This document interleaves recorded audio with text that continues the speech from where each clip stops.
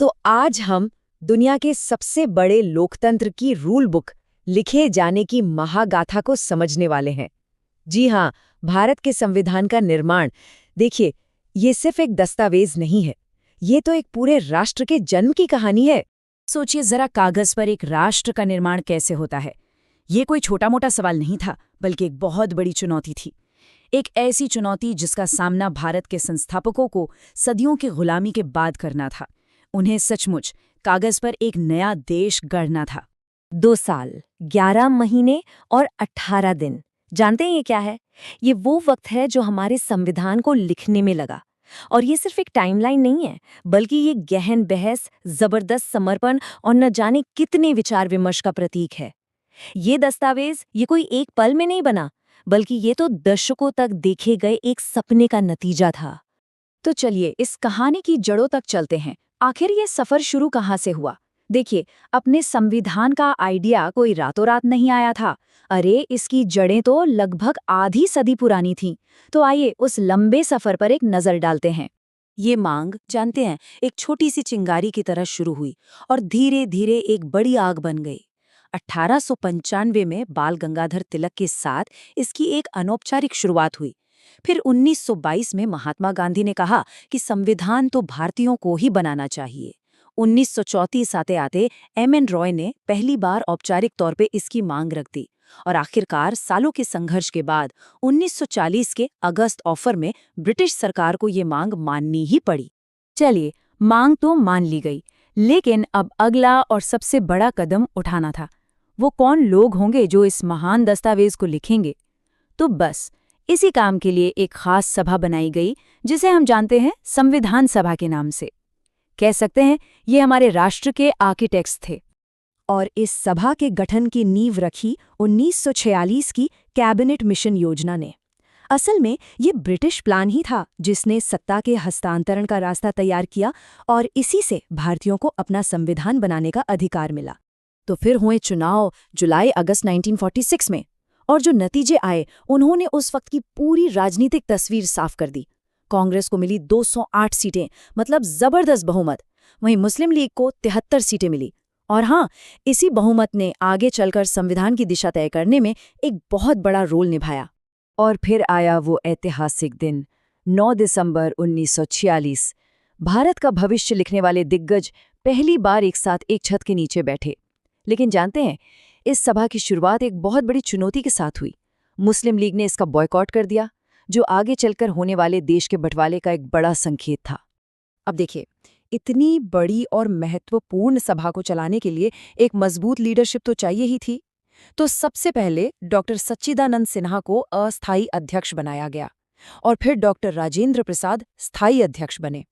उनके साथ एच.सी. मुखर्जी उपाध्यक्ष और बी.एन. राव जैसे कानूनी सलाहकार भी थे, जिन्होंने पूरी प्रक्रिया को दिशा दी। अच्छा, अब सवाल ये उठता है कि इतने सारे प्रतिभाशाली लोगों ने मिलकर ये इतना मुश्किल काम किया कैसे? उनका काम करने का तरीका क्या था? चलिए, देश के भविष्य को लिखने की इस प्रक्रिया को थोड़ा और करीब से समझते हैं। 13 दिसंबर 1946 को जवाहरलाल नेहरू ने उद्देश्य प्रस्ताव पेश किया। ये सिर्फ एक प्रस्ताव नहीं था, ये तो हमारे संविधान की आत्मा थी।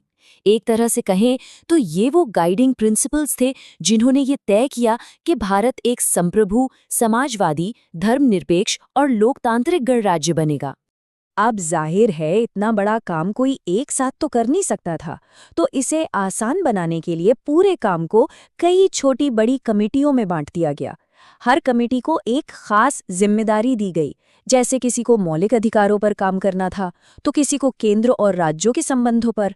और ये जो काम का बंटवारा था, ये बहुत ही शानदार तरीके से किया गया।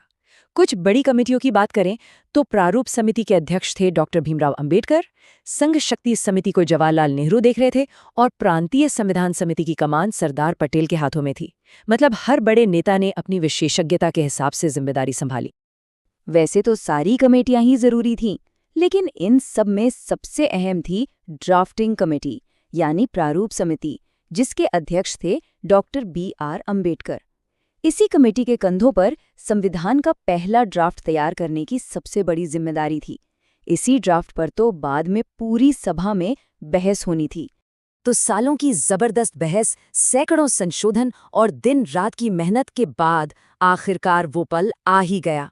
अंतिम दस्तावेज अब तैयार था और एक नए गणराज्य का जन्म बस होने ही वाला था।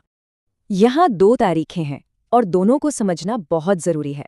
26 नवंबर 1949, ये वो दिन है जब संविधान को अपनाया गया, मतलब सारा काम पूरा हो गया। और दूसरी तारीख है 26 जनवरी 1950, जब इसे पूरी तरह से लागू किया गया। और हाँ, इसी दिन भारत आधिकारिक तौर पर एक गणराज्य बना। इसीलिए तो हम इस दिन को गणतंत्र दिवस के रूप में मनाते हैं। 284, ये सिर्फ एक नंबर नहीं है, ये उन सदस्यों की संख्या है जिनमें 15 महिलाएं भी शामिल थीं, जिन्होंने 24 जनवरी 1950 को संविधान की अंतिम कॉपी पर दस्तखत किए। हर एक दस्तखत में पूरे देश की उम्मीदें और सपने शामिल थे। जानते हैं, हमारा मूल संविधान सिर्फ कानून की किताब नहीं बल्कि कलाकृति भी है। कुछ बड़ी दिलचस्प बातें हैं इसके बारे में, जैसे संविधान सभा का प्रतीक था हाथी, और जो ओरिजिनल कॉपी थी ना, उसे प्रेम बिहारी नारायण रायजादा ने अपने हाथों से बहुत ही खूबसूरत लिखावट में लिखा था। इतना ही नहीं, नंदलाल बोस जैसे महान कलाकारों ने इसके पन्नों को अपनी कला से सजाया था। तो सोचिए, ये दस्तावेज एक अलग दौर में बनाया गया था, पर इसके जो सिद्धांत हैं, लोकतंत्र, स्वतंत्रता, न्याय, वो आज भी हमारे देश की नींव हैं। तो सवाल ये उठता है कि ये ऐतिहासिक दस्तावेज आज भी दुनिया के सबसे बड़े लोकतंत्र को कैसे आकार दे रहा है। ये एक ऐसी विरासत है जो आज भी जिंदा है और हमारे साथ साथ विकसित हो रही है।